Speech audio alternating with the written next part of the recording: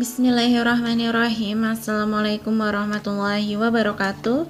Masih bersama RTS Video di sini. Kali ini di RTS Video kita akan membahas tentang tahapan perencanaan plat beton bertulang part 2. Kemarin kita sudah pernah merencanakan untuk tahapan perencanaan plat beton bertulang secara manual menggunakan Microsoft Excel. Namun saya merasa pada video kemarin itu penjelasan yang saya buat itu kurang lengkap. Jadi pada kesempatan kali ini saya ingin membuat pada video untuk perencanaan plat beton bertulang part 2. Nah, kita langsung aja untuk merencanakan atau kita lihat dari penjelasan-penjelasannya. Tetap stay to RTS Video.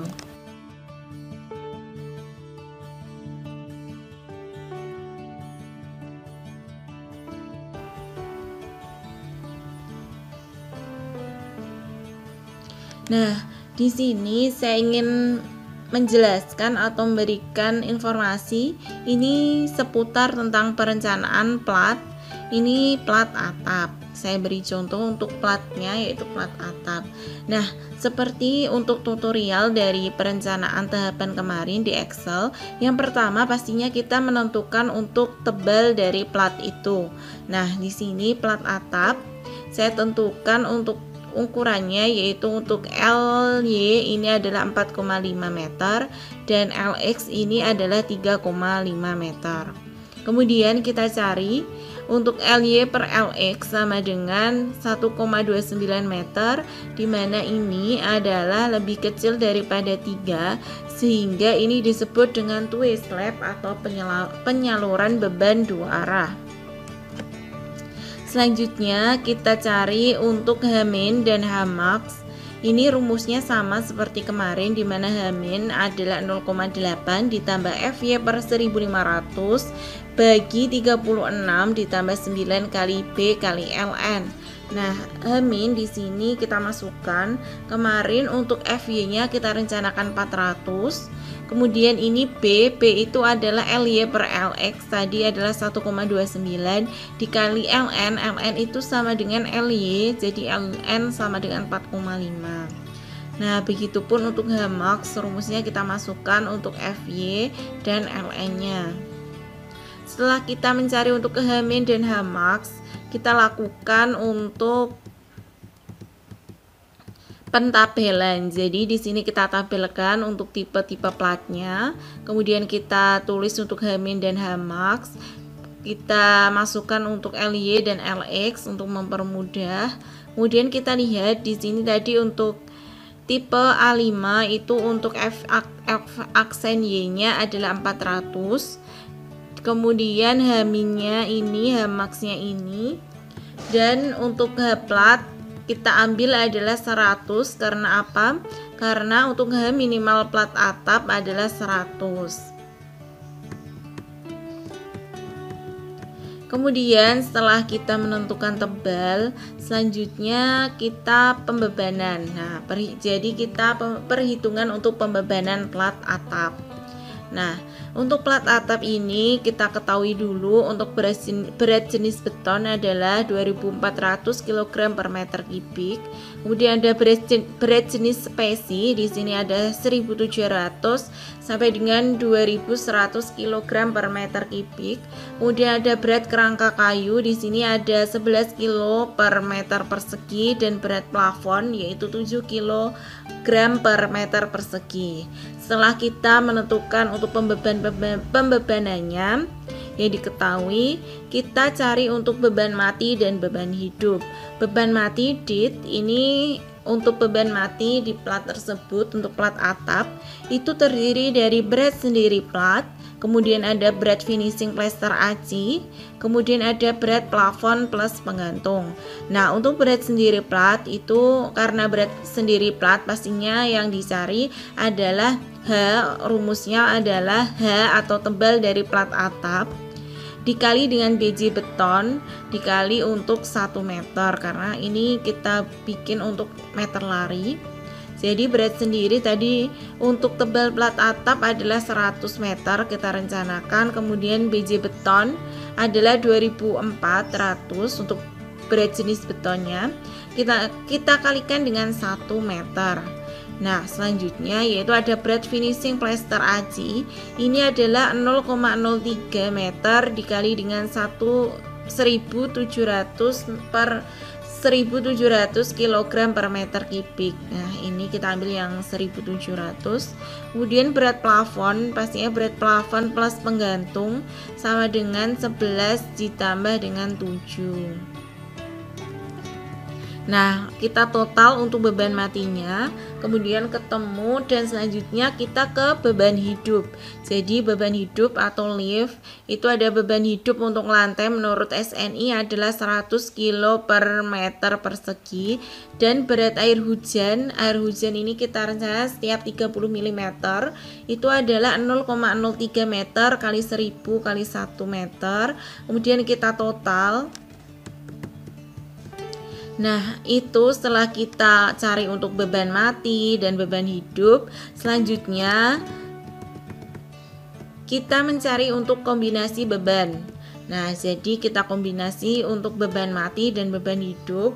Rumusnya adalah WU sama dengan 1,2 WDL atau beban mati dead load, kemudian ditambah 1,6 dari WL atau beban hidup. Tadi DL ada beban mati dan WL adalah beban hidup. Nah, kita masukkan, kemudian ketemu, dan selanjutnya langkah selanjutnya yaitu perhitungan tebal penutup plat, yaitu nanti kita akan menghitung untuk tulangan dari plat ini. Jadi tadi untuk H plat atap kita ketahui kita rencanakan 100 mm. Kemudian kita rencanakan untuk tulangan arah X itu dipakai diameter 8 mm. Kemudian P ini adalah selimut beton, kita tentukan untuk selimutnya adalah 20. Kemudian ini ada tulangan arah Y, ini kita pakai adalah besi 8 mm. Kemudian tinggi efektif plat. Nah, langkah selanjutnya adalah kita mencari DX dan DY atau tinggi efektif plat. Nah, untuk arah X, DX itu rumusnya adalah H min P min 0,5 kali diameter untuk arah DX. Nah, kita masukkan. Kemudian yang arah Y adalah H min P min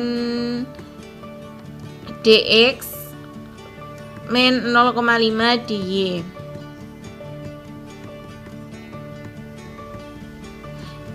Nah, setelah itu kita menghitung untuk penulangan plat atap menggunakan metode amplop. Jadi ini kasus 1 plat 2 arah, ini kita menggunakan metode amplop, dimana nanti kita lakukan untuk mencari momen per meter lebar untuk MLX, MLY, MTX, momen tumpuan arah X dan momen tumpuan arah Y. Nah, ini adalah tabel konstansa perbandingan dari LY per LX, atau tadi kita sudah mencari untuk B sama dengan LY per LX. Nah, ini tabelnya seperti ini.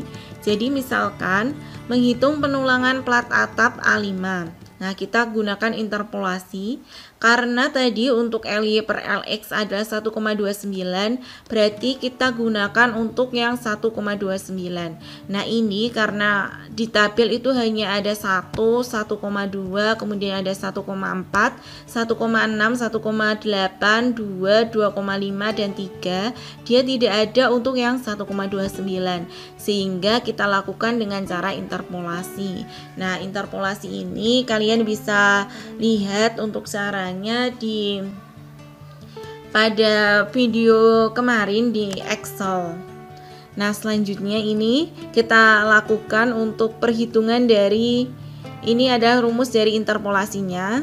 Kalau kita di Word seperti ini untuk jelasnya, kan tadi LY per LX sama dengan 1,29 mm. Untuk mencari X pada MLX ini berarti ini adalah karena 1,29 ini ada di antara 1,2 dan 1,4, maka kita lakukan dengan interpolasi di antara ini 1,2 dan 1,4. Jadi nanti 34 ditambah dengan 1,4 ini dikurangi 1,2 dikali dengan 44, ini adalah 42 ya, maaf. Ini adalah 42 bukan 4,2, dikurangi dengan 34 ini dibagi dengan 1,4 min 1,2. Nah, jadi interpolasinya baik itu selanjutnya di MLY, kemudian MTX, MTY, caranya seperti tadi pada kita untuk mencari untuk interpolasi MLX. Nah, seperti itu. Kemudian setelah kita cari untuk interpolasinya, semisal itu tidak diketahui di tabel, kita menentukan momen per meter lebar. Kita menentukan untuk momen per meter lebar. Di sini nanti kita menentukan untuk MLX, MLY, kemudian MTX dan MTY. Nah, kita ketahui untuk rumusnya di tabel itu untuk MLX sama dengan 0,01 WU kali LX kuadrat kali X. Nah, kita masukkan. Nah, jadi MLX ini adalah 0,01 kali WU. Nah, sesuai tadi WU untuk plat atap kita sudah rencanakan, kita hitung tadi adalah 0,524 ton per meter lari kali LX kuadrat. Tadi kita ketahui untuk LX nya adalah 3,5 kuadrat. Jadi kita 3,5 LX kita kuadratkan dikali dengan X. X-nya ini adalah dari tabel interpolasi. Nah, ini X-nya untuk yang MLX adalah 37,4. Setelah itu kita hitung dan masukkan dan ketemu hasilnya. Dan untuk MLY caranya adalah sama seperti tadi. Bedanya di sini untuk X-nya kita pakai untuk yang MLY. Jadi MLX kan tadi X-nya adalah 37,4. Kemudian MLY ini X-nya adalah 20,3. Nah, kita masukkan untuk X dari MLY, maaf, ini adalah 20,3. Selanjutnya untuk yang MTX ini sama caranya. Kan untuk MTX dan MTY ini ada min. Nah, ini ada tandanya min karena ini momen tumpuan arah X dan momen tumpuan arah Y. Ini ada minnya, rumusnya. Nah, ini ketemu.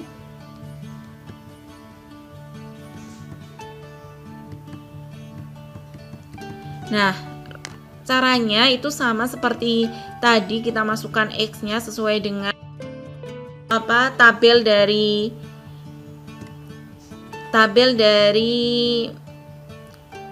konstanta perbandingannya.